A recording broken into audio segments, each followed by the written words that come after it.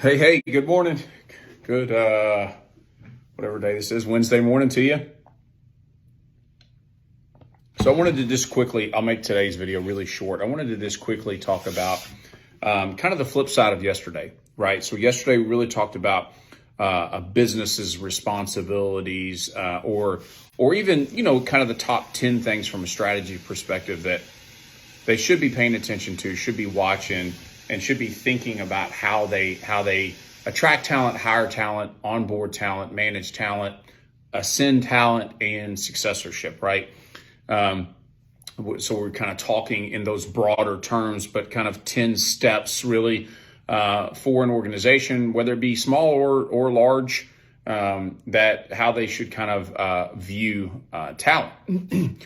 And so on the flip side of that, when we think about, probably a lot of folks that are on here that currently, maybe they aren't in leadership roles. Maybe they're looking to ascend, whether that be internally or whether that be possibly externally with another company. But really how to think through positioning yourself to best do that. And I think at least as I looked at that list, and again, the list I've got here on the board, at least as I looked through the list there, the top three I think are really relevant to individuals as well. So the first one I said, know what the business needs. Well, I think that's true not just for the business, right? But I think it's true for us. So what is it that I'm actually seeking? So I kind of tend to think about this, and I coached to this in kind of three buckets, right? Time, compensation, or influence. And generally it's one of those three buckets, if you will.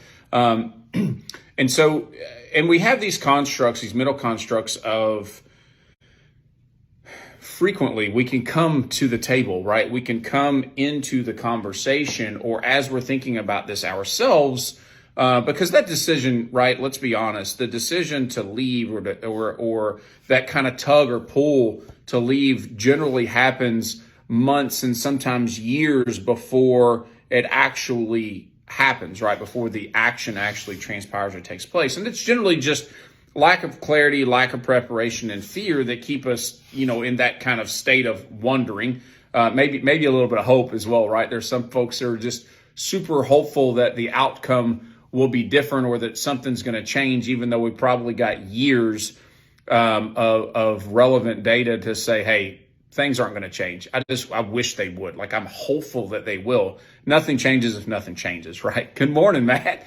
So just keeping in mind that, right? Like, if you're hopeful, then you've got to be an agent for change, or it's not going to change, right? It's just not. And so you'll look up 15 years and still be hoping.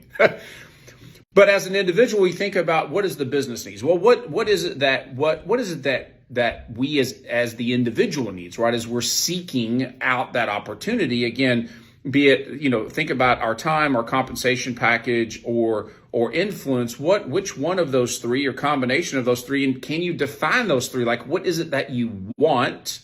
And why do you want that? Like, just a feeling is a feeling, but can you look at the results that you currently have across those three areas of life? And generally a great place to start with that is the impact on the family, because that hurts, right? That hurts enough to make a change generally. And so as we look at kind of those three things and try to get aligned with what is it that I want, and again, there's that mental construct that we come to the table with of, well, I shouldn't want this, and I should just be content. And those are questions of the heart, right? I don't think that an individual is necessarily ill-intentioned to desire better, right? Like, I mean, that's a biblical thing. That's God wants us to be successful. God wants us to be the best version of ourselves. That's why he called us, right? And so it's just being mindful of honoring that calling and aspiring to be a better individual, a better version of ourselves, but, being mindful of where your heart is in that. What are your intentions, and how are you intentioned, right? And then kind of thirdly, so we talked about the what, we talked about the why, and then thirdly from that list again is to decide, are you able to go into a place as a beginner, right? Are you able to position yourself? Is your heart and your mind in a place where you're open enough to be built? Because, going into a role where maybe you lack some of the skills, there's some humbling that has to happen, right? It is a hard transition, and knowing that generally speaking, that onboarding process is, well, less than desirable, it's going to be a really hard climb. So being really clear in your heart and in your mind of whether or not you are ready to be someone, and you have the time and capacity to be built, right? And there's some ways, I think, to position yourself, even going into an organization, to build, right? Identifying those skills and skill gaps ahead of time. Or are you in a position where you're looking to make a move? You are maybe undervalued, underutilized. You're clear on what your value is, and maybe you have a higher value leverage where you can position yourself at a higher compensation package, maybe a little more time. Maybe it's influence that's important to you in one way or another. And please, define that, right? Don't just hear influence and think that means, a leadership role and in charge of a lot of people, because that's not necessarily always what influence means, right?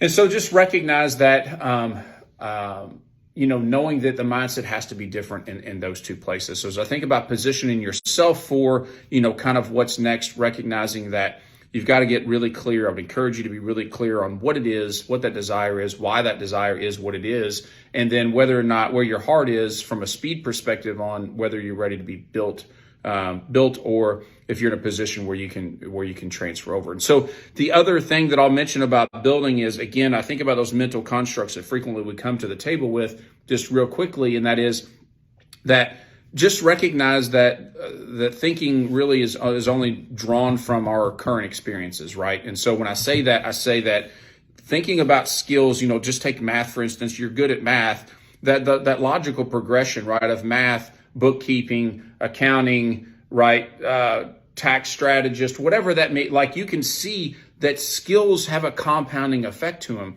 right? And that generally speaking, if we've been doing anything for any length of time, we probably undervalue our own skills. We surround ourselves with people that are like-minded and that think similarly, and frequently even come from the same industry. And so that creates a little bit of groupthink, even amongst ourselves. And we can tend to, that has a tendency to undervalue or have us undervalue our own skill sets. So just be mindful that not everybody knows what you know. Not everybody has the same experiences, or is able to translate those skills because of your experiences, right? Life and work.